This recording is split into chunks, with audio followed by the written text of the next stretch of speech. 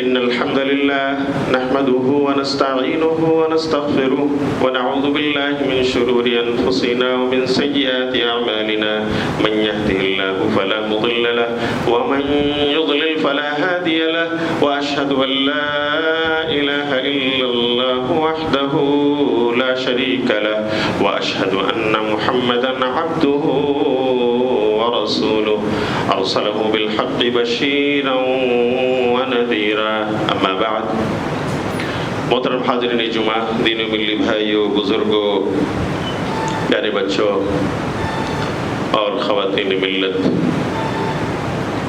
جامع مسجد اصلاح العلوم کے محترم نمازیوں، پہلے خطبے کا خلاصہ یہ ہے کہ محرم الحرام اسلامی کیلنڈر کا پہلا مہینہ ہے، جس کی شروعات حضرت عمر بن خطاب رضی اللہ تعالیٰ عنہ کے زمانے میں ہوئی ہے 17 ہجری میں، اور اسی طرح اس محرم کی خصوصیت یہ ہے کہ یہ حرمت والے 4 مہینوں میں سے ایک ہے، جس کی تعظیم عرب کے لوگ زمانے جاہلیت میں بھی کرتے تھے۔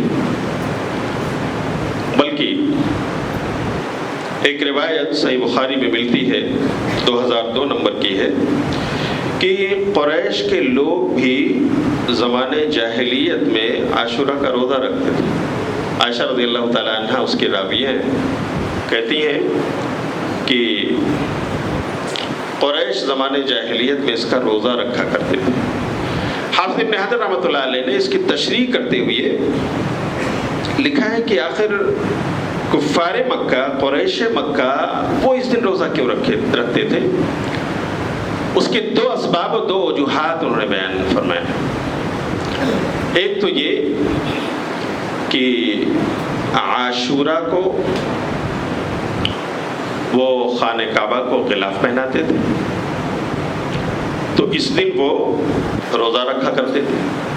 اور دوسری ایک وجہ بیان کی ہے کہ زمانے جاہلیت میں قریش مکہ سے ایک بڑا عظیم گناہ ہوا تھا، اس گناہ کے کفارے کے طور پر وہ عاشورہ کا روزہ رکھا کرتے تھے۔ اس طرح سے یہ 2 توجیحات حافظ ابن حجر رحمۃ اللہ علیہ نے فتح الباری میں کی۔ لیکن یہ بات اپنی جگہ مسلم ہے کہ پیارے نبی صلی اللہ علیہ وسلم و صحابہ نے 10ویں تاریخ کا روزہ رکھا ہے، اور ہم سب کو بھی رکھنے کی ترغیب آپ نے دلائی ہے، اس کا ثواب آپ نے بیان فرمایا ہے۔ بلکہ راوی حدیث کے مطابق صحیح مسلم کی روایت ہے کہ نبی صلی اللہ علیہ وسلم رمضان کے بعد نفلی روزوں میں سب سے زیادہ جس کی ترغیب آپ دیتے تھے صحابہ کو اور جس کی تلاش میں آپ رہتے تھے، وہ عاشورہ کا روزہ ہے۔ اور آپ نے فرمایا کہ افضل الصیام بعد رمضان شہر اللہ المحرم، کہ رمضان کے بعد جو نفلی روزے ہیں ان میں سب سے عظیم ترین روزہ عاشورہ کا روزہ ہے، محرم کا روزہ ہے۔ تو اس طرح سے آپ دیکھیں کہ محرم کا روزہ، خاص طور سے عاشورہ کے روزے کی جو تاریخ ہمارے سامنے آئی ہے، وہ کس طرح ہم سب کے لیے اللہ کی طرف سے ایک نعمت ہے، کتنی عظیم نعمت۔ آئیے میرے بھائیوں، ایک حدیث رسول آپ کو سناؤں جو صحیح مسلم کی ہے، 1161 نمبر کی حدیث، 1161۔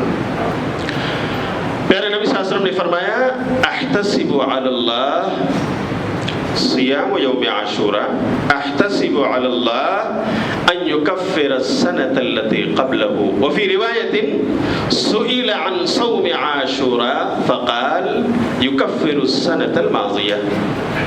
دونوں کا خلاصہ یہ ہے کہ نبی صلی اللہ علیہ وسلم کہتے ہیں مجھے اللہ سے امید ہے کہ عاشورہ ایک دن کا روزہ اللہ رب العالمین اسے ہمارے پچھلے 1 سال کے گناہ کا کفارہ بنا دے گا۔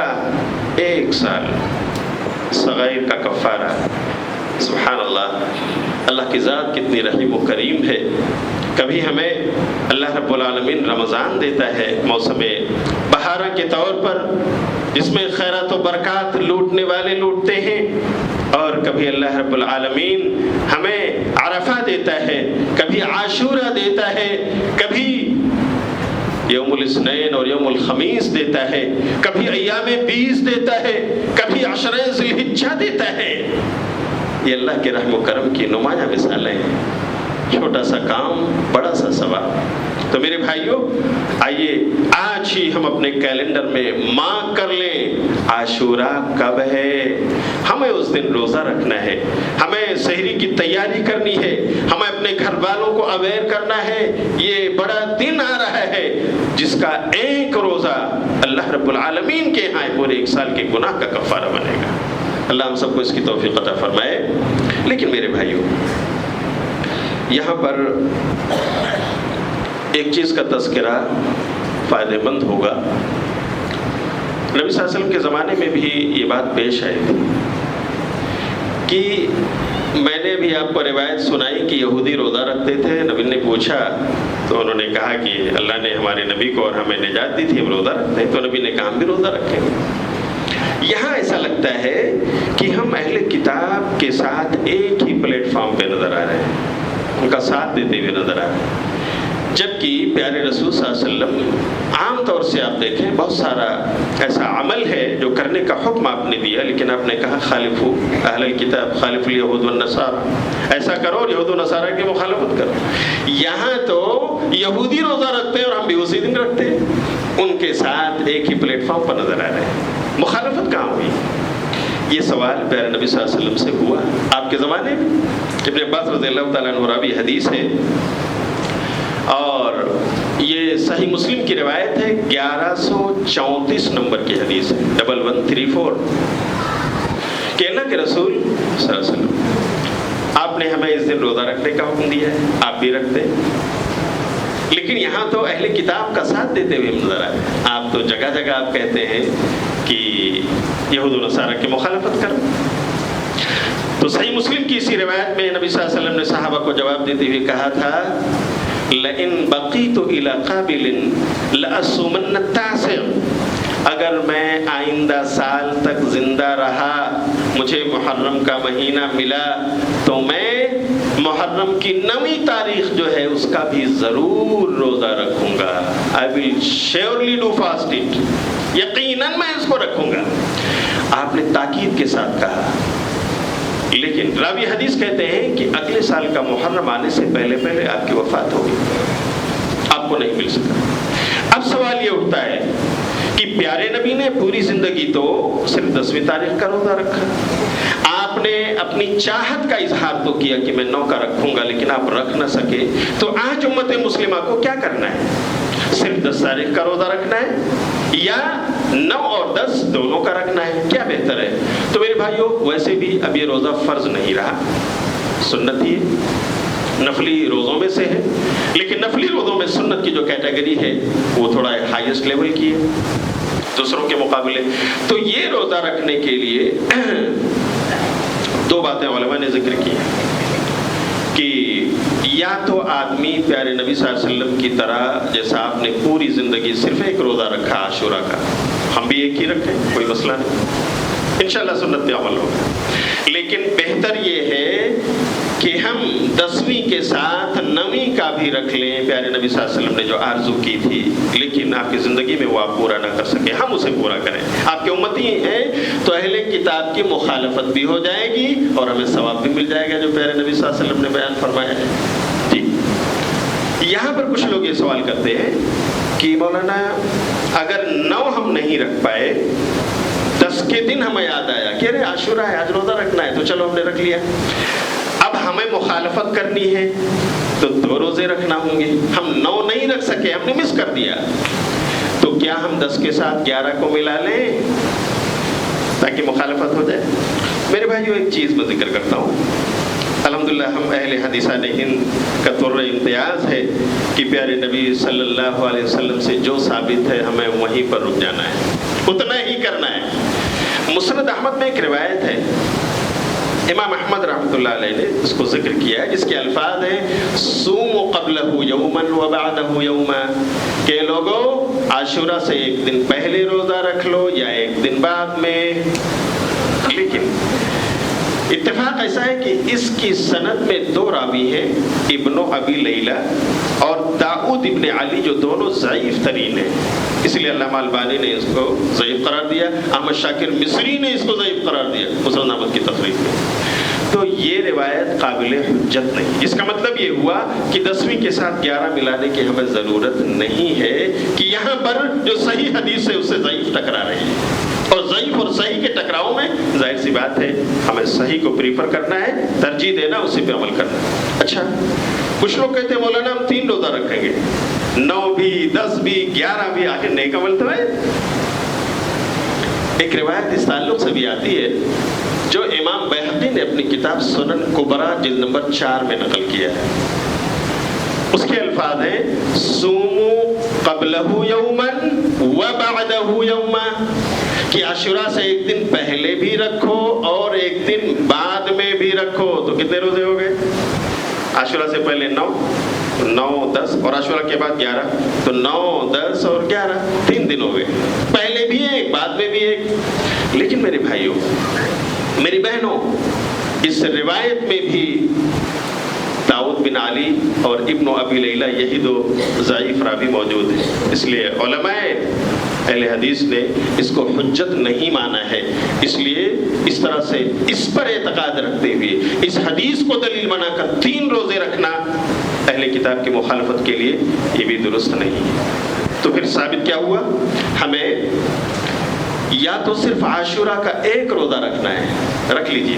پیارے نبی نے پورے زندگی آپ نے رکھا ہے, انشاءاللہ آپ کو ثواب ملے. لیکن اگر آپ بہتر پر عمل کرنا چاہتے ہیں تو اپنے کیلنڈر کو مارک کر لیجئے, گھر والوں کو بتا دیجئے 10 کے ساتھ ہمیں ایک اور ملانا ہے, لیکن 11 نہیں, 11 کی بجائے ہمیں 9 ملانا ہے. 9ویں تاریخ اور 10ویں تاریخ محرم کی یہ 2 ہمیں روزے رکھنے ہیں. پیارے نبی صلی اللہ علیہ وسلم کی آرزو جو تھی وہ بھی پوری ہو جائے گی, اہل کتاب کی مخالفت ہو جائے گی, اور وہ ثواب جو پیارے نبی نے بتایا ہے 1 سال پچھلے کے گناہ اللہ مٹا دے گا, اس کا کفارہ بنا دے گا, اللہ ہم سب کو عطا فرمائے گا. تو 9 اور 10 انشاءاللہ ہمیں اسی پر عمل کرنا چاہیے اور اللہ سے ثواب کی امید رکھنی چاہیے.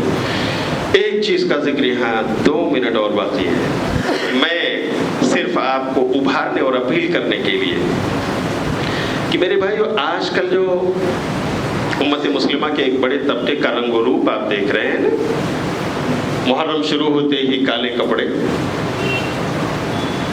محرم شروع ہوتے ہی جوتے اور چپل سے دور, محرم شروع ہوتے ہی مجالس محرم کا انعقاد, محرم شروع ہوتے ہی چھری اور چاقو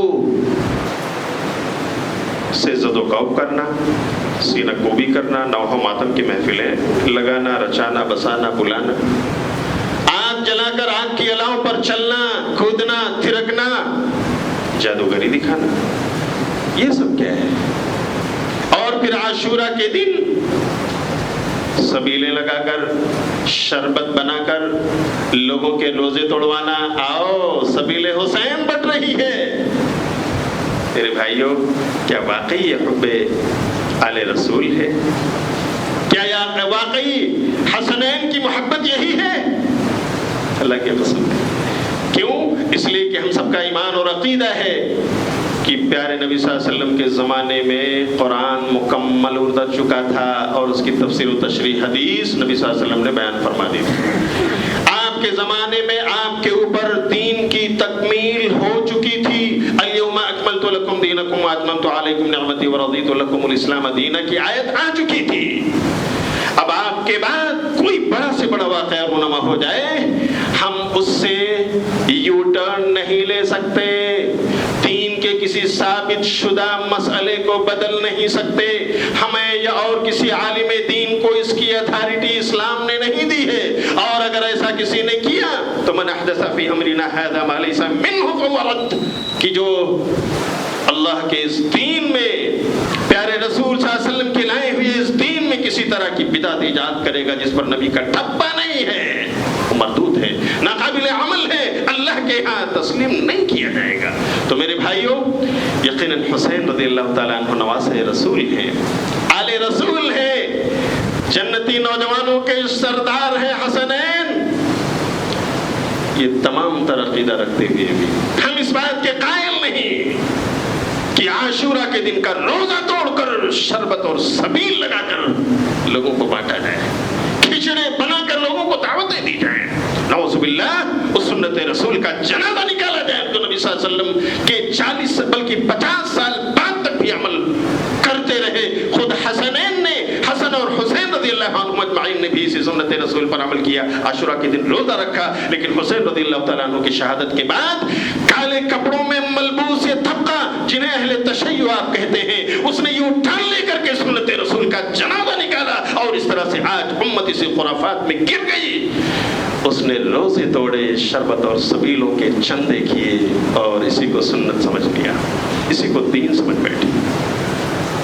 اللہ تعالیٰ ہم سب کو جو سنت رسول سے ثابت ہے محرم الحرام کے اس انداز میں تعظیم کرنے کی توفیق عطا فرمائے، اور جو کچھ خرافات، خزعبلات اور روایات اور رسومات ہیں اللہ تعالیٰ ان سب سے ہم کو بچنے کی توفیق عطا فرما. آمین. ان اللہ وملائکتہ یصلون علی النبی یا ایھا الذین آمنوا صلوا علیہ وسلموا تسلیما. اللهم صل علی محمد وعلى آل محمد كما صليت على ابراہیم وعلى آل ابراہیم انک حمید مجید. اللهم بارک علی محمد وعلى آل محمد كما باركت على ابراہیم وعلى آل ابراہیم انک حمید مجید. ان اللہ یأمر بالعدل والإحسان وإیتاء ذی القربى وینہی عن الفحشاء والمنکر والبغی یعظکم لعلکم تذکرون. واذکروا اللہ یذکرکم وادعوہ یستجب لکم ولذکر اللہ تعالی وأکبر.